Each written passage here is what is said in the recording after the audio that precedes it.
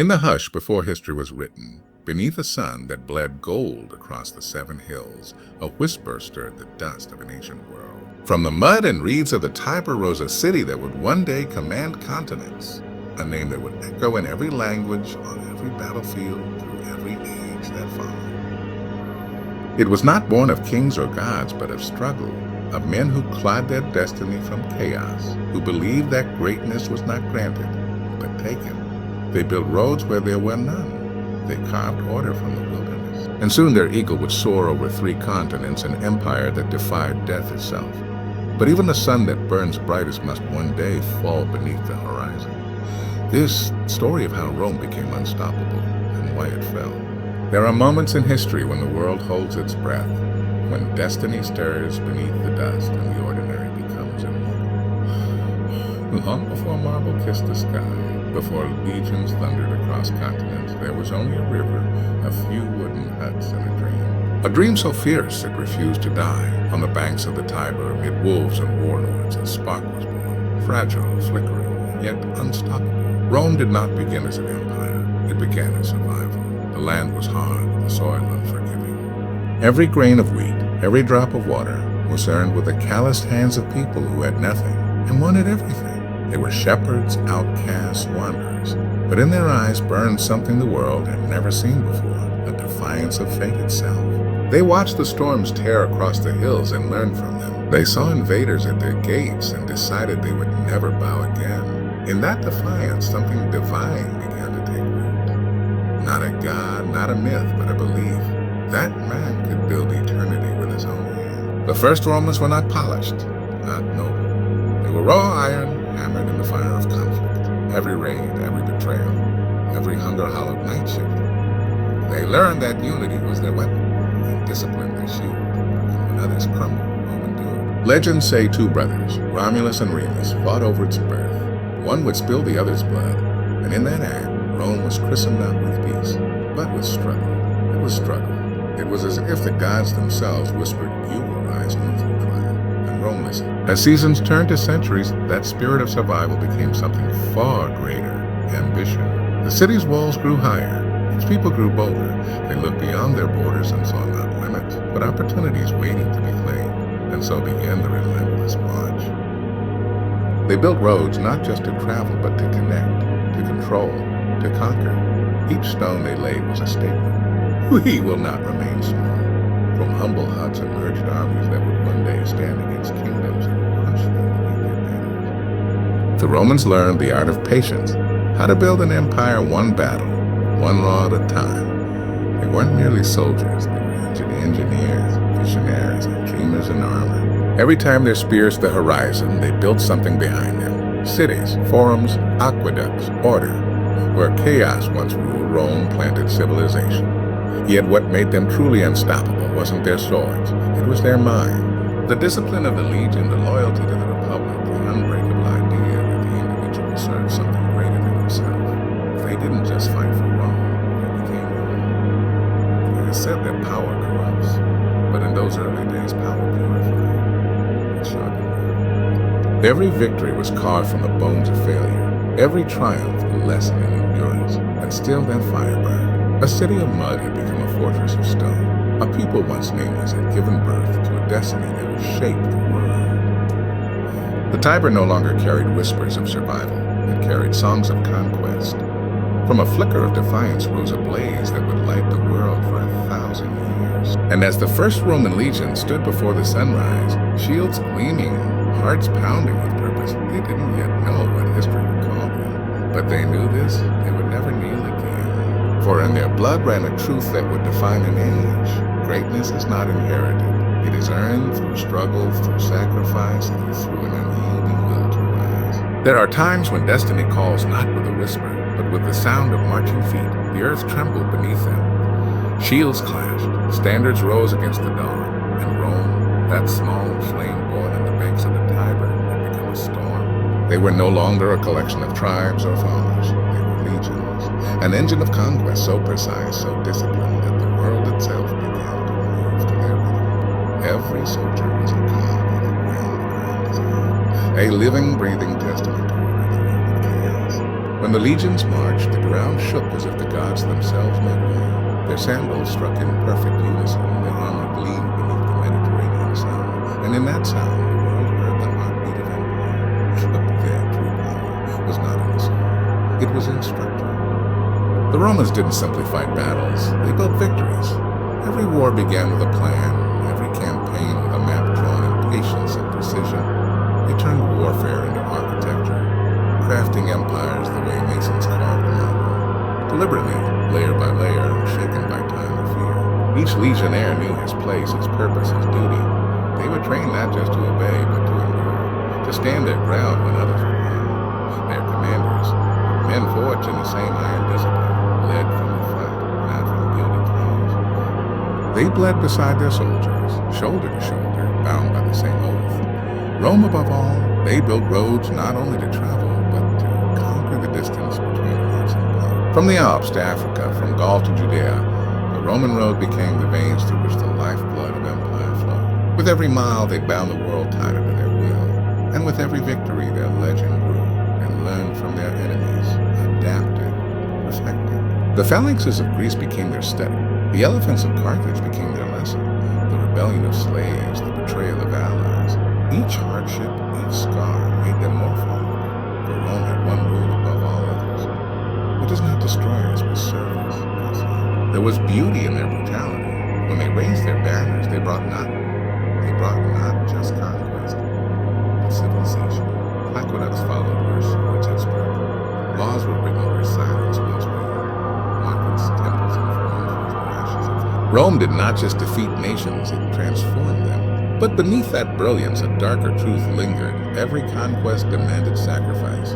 Every victory demanded blood. The legions began to see the world as something that could always be taken, always bent to Rome's command. Pride began to mix with purpose, ambition with arrogance.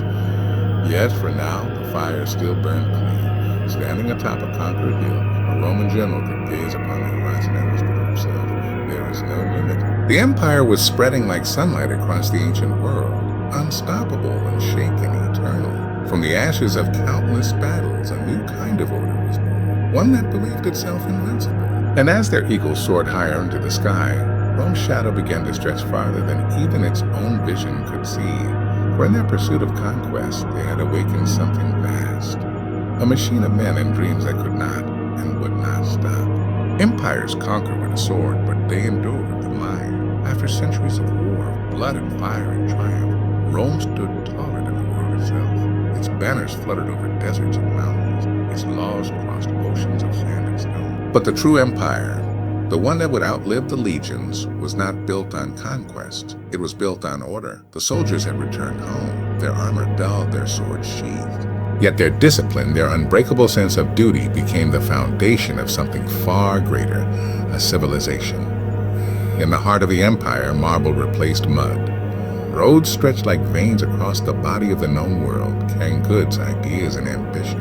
In every province, from Britannia to Egypt, you could walk upon the same stones, read the same laws, hear the same language, Rome. The city became a miracle of mankind. Arches that defied gravity, aqueducts that carried life across miles, temples that rose like prayers carved in stone. The Colosseum, vast and thunderous, stood not only as entertainment, but as a symbol, a reminder that Rome could command even chaos to dance before her. But her greatest invention was not architecture, it was order itself. They built a system of laws that would bind emperor and citizen alike. Justice was not a gift of birth, but a right carved into the empire's heart. The Senate debated, the magistrates ruled, and from the chaos of humanity came a structure that even time would struggle to undo. Roman law became the language of reason, the republic became the school of governance. And the empire, for all its ambition, became a teacher to the centuries that followed. Every stone in Rome whispered her progress. Every marketplace, every bathhouse, every column gleaming beneath the sun declared the same truth. Civilization had found its form. Yet beyond the grandeur, there was something deeply human, a longing for permanence. The Romans built as though the world itself would end, and they wanted to leave proof they had been here, to live in marble and memory forever. Philosophers filled the streets, their voices echoing through colonnades. Poets and scholars captured the essence of life and empire. The people who had once fought to survive now saw meaning, beauty, truth, immortality, and for a time it seemed they had found it. Rome became more than a city. It became an idea. The world began to orbit its light. Kings and tribes bowed not only to its legions, but to its vision. Its customs, its laws, its architecture, all became the scaffolding upon which future civilization would stand. But beneath that perfection, the first cracks began to whisper. Comfort replaced struggle, wealth replaced purpose, and in the silence of peace, the heartbeat of ambition began to slow. Still, in that golden age, as the fountain sang and the marble gleamed beneath the endless sun, it was easy to believe that Rome would never fall. That eternity had been captured, not in the heavens, but here, upon the earth. For in those days, Rome was not merely unstoppable, it was immortal. Every empire believes its walls will stand forever, until the cracks begin to whisper. Rome had reached the height of its glory, golden streets, marble temples, fountains that shimmered like liquid sunlight. From the outside, it was perfection incarnate. But within those shining walls, something darker was stirring. The same fire that once forged unity began to consume it. Luxury had become the new conquest. The legions that once marched across continents now reclined in marble halls. The generals who once led armies now competed for influence in the Senate. Gold replaced grit. Comfort replaced conviction. And in the stillness of peace, Rome began to forget what had made it strong. The empire that once demanded sacrifice now worshipped indulgence. Banquets lasted for days. Wine flowed like rivers through marble corridors. The people who once fought for survival now drowned in abundance. And in that comfort, their purpose began to fade. Corruption crept through the Senate like smoke through the cracks of a dying fire. Laws were no longer carved for justice, but for power. Politicians sold loyalty like merchants in the marketplace, trading the soul of Rome for a handful of gold and a whisper of favor. The emperors, once symbols of strength, became shadows of their predecessors. Some ruled with cruelty, others with madness, a few with despair. The crowd that had once united the world became a weight that crushed the minds of men, and the people watched, weary, silent, disillusioned. The dream that had once burned so brightly in their ancestors' eyes was now dimmed by greed, fear, and complacency. The same hands that had built roads across continents now pointed fingers, waiting for someone else to bear the burden. The spirit of Rome, that sacred flame born from hardship and forged in struggle, flickered. The legions, once unstoppable, now fought not for glory, but for coin. Mercenaries filled their ranks, loyalty traded for. The discipline that had once defined them dissolved in the face of endless decadence. The empire that had conquered the world now struggled to command its own soul. Outside its borders, the world watched and waited. The tribes beyond the Rhine and the Danube, once trembling at Rome's power, now smelled weakness. They saw the rot within the marble and the hesitation behind the crowd, and they began to gather. But the tragedy of Rome was not that it fell. It was that it forgot why it rose. For centuries, it had believed itself eternal. It had conquered fear, tamed the wilderness, and built a civilization that touched the stars. But in its pride, Rome had turned its gaze inward and saw only its reflection.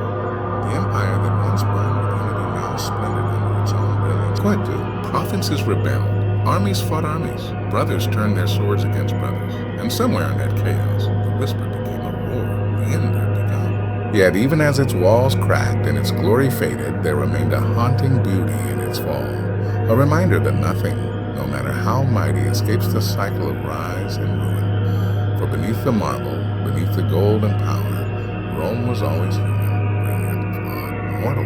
And as the fires began to consume the city that once ruled the world, a final truth echoed through its streets. No empire is destroyed by enemies alone. Most fall by their own hand. When giants fall, the earth remembers. The sun that had once risen over the 7 hills of Rome now sank behind them. Its light dimmed, its warmth fading into the chill of history.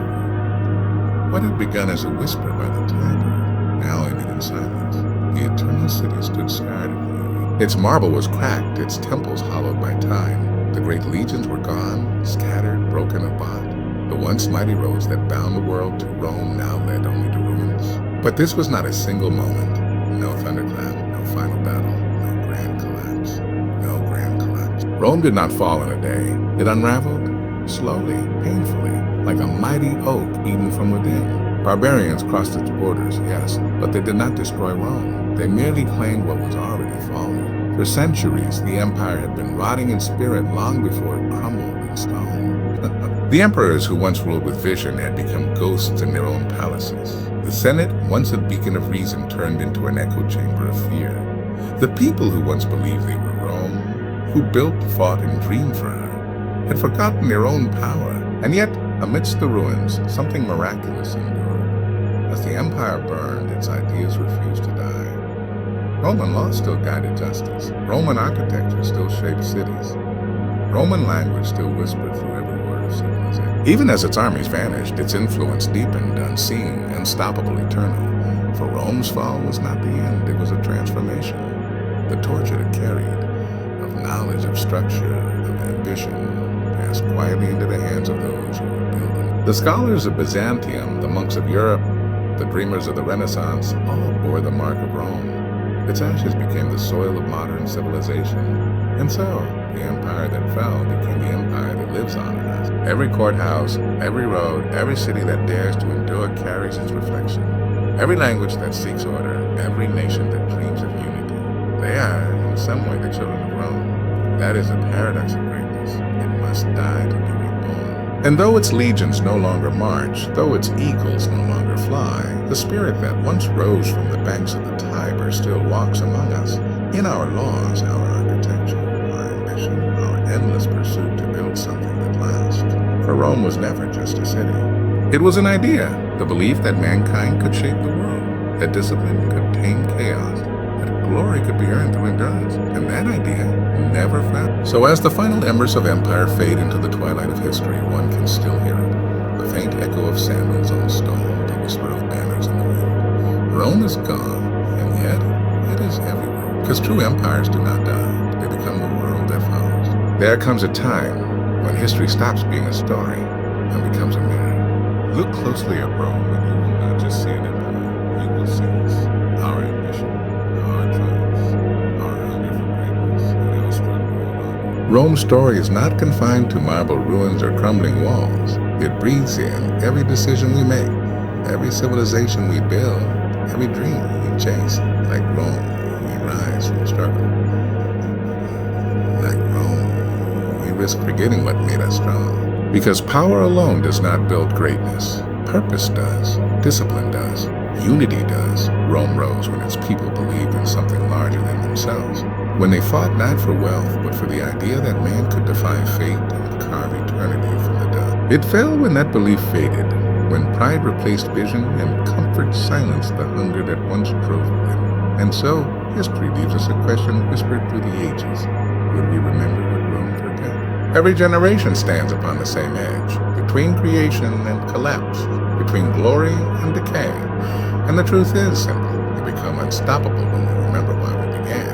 So rise, with the same fire that once burned in the hearts of shepherds by the Tiber. Build, not for riches, but for legacy. Stand, not for power, but for principle.